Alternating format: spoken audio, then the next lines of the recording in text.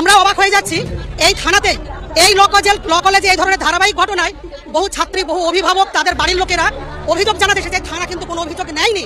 ফলে আর আরজি করের ঘটনা আমাদের সামনে টোটাল এতে যে নগ্ন ব্যবস্থা খুলে দিয়েছে, যারা একেবারে ডাইরেক্ট যুক্ত একটা এত বড় শিক্ষা প্রতিষ্ঠান, কসবা ল কলেজ একটা শিক্ষা প্রতিষ্ঠান, সেই প্রতিষ্ঠানে কি অদ্ভুতভাবে ইউনিয়নের নামে তারা ছাত্রছাত্রীদের ভালো করার জন্য বসে আছে, তারা ছাত্রীকে ধর্ষণ করলো এবং একটা আনফোল্ড হচ্ছে ওই মনোজিৎ মিশ্র সহ আরো যারা সাগরেদ এই ঘটনা বহু ঘটিয়েছে এবং তারা পার পেয়ে যাচ্ছে এবং এদের যাতায়াত হচ্ছে অনেক বড় শাসকের অনেক বড় ছেলেটি মনোজিৎ মিশ্র তার নেতৃত্বে বিভিন্ন জায়গায় যেভাবে একটার পর একটা সে ধর্ষণ অত্যাচার ঘটিয়েছে, যেভাবে মেয়েদের যাকেই তার পছন্দ হতো তার উপর তাকেই সে বিয়ের প্রস্তাব দিত এবং সে অস্বীকার করলেই তাকে জোর করে তার উপরে নির্যাতন করত, ধর্ষণ করতো। এই ঘটনা বহুদিন চলেছে এবং এটা অপস্তরের নেতা মন্ত্রীরা জানে, কিন্তু তাদের আশীর্বাদের হাত মাথায় ছিল বলে এই মনোজিৎ মিশ্র কিন্তু কাউকে পরোয়া করেনি, যা খুশি তাই করেছে। এর প্রতিবাদে আমরা তার কঠোর শাস্তির দাবিতে, কঠোরতম শাস্তির দাবিতে আজকে কসবা ল কলেজের সামনে যে এই মিছিল বার করা হয়েছে, এই মিছিলকে রোকার জন্য এখন যে বর্তমানে সরকার চলছে, এই সরকারের কিন্তু পুলিশ প্রশাসন কতটা কড়াভাবে দাঁড়িয়ে আছে সেটা আপনারা বর্তমানে দেখতেই পাচ্ছেন। কেন দাঁড়িয়ে আছে?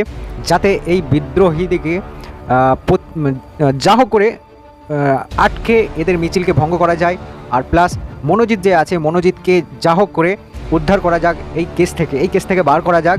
আর যে ল কলেজের যে ওইখানের প্রিন্সিপাল থেকে নিয়ে যতগুলো মাথা আছে, যতগুলো ব্যক্তি আছে, সবাই কিন্তু কারাপশনে ডুবে আছে। তাই আজকে এরকম দুর্ঘটনা বারবার ঘটে এসছে। আজকে কিন্তু তার জল মাথার উপর দিয়ে গড়িয়ে গেছে। তাই এই জিনিসটা, এই যে ধর্ষণ হয়েছে, এই ধর্ষণটা ওপেন হয়েছে, না হলে কিন্তু এটা আজ ওপেন হতো না। আর এইরকমভাবেই মনোজিৎ কিন্তু বেঁচে যেত এই সরকারের হাত ধরে, আর এই সরকারের হাত মাথায় আছে বলে। তাই মনোজিৎ এরকমভাবে বারবার বেঁচে এসছে, আর আজকেও কিন্তু বেঁচে যাবে। আমার মনে হয় না ও সাজা পাবে। আমরা সাজার জন্য ছটফট করলে, আমরা সাজার জন্য মিছিল বার করলে, আমরা সাজার জন্য সরকারের কাছে চিৎকার চেঁচামেচি করলেও কিন্তু এই আমাদের চিৎকার চেঁচামেচিটা বিফলে যাবে। তবে আমাদেরকে একজোট হয়ে এই রকম ধরনের মানুষের নোংরা মুখোশ খুলে দেওয়ার জন্য আমাদেরকে সর্বোচ্চ লেগে থাকতে হবে। তাই আমাদের এই রকমই জোশ সবসময়ের জন্য রাখতে হবে। তো যাই হোক, এই ল কলেজের জন্য আপনারা কি ভাবছেন অবশ্যই কমেন্টের মাধ্যমে জানাবেন। তো ভিডিওটা কেমন লাগলো অবশ্যই জানাবেন, আর এই চ্যানেলটাকে সাবস্ক্রাইব করে এই চ্যানেলের সাথে থাকবেন।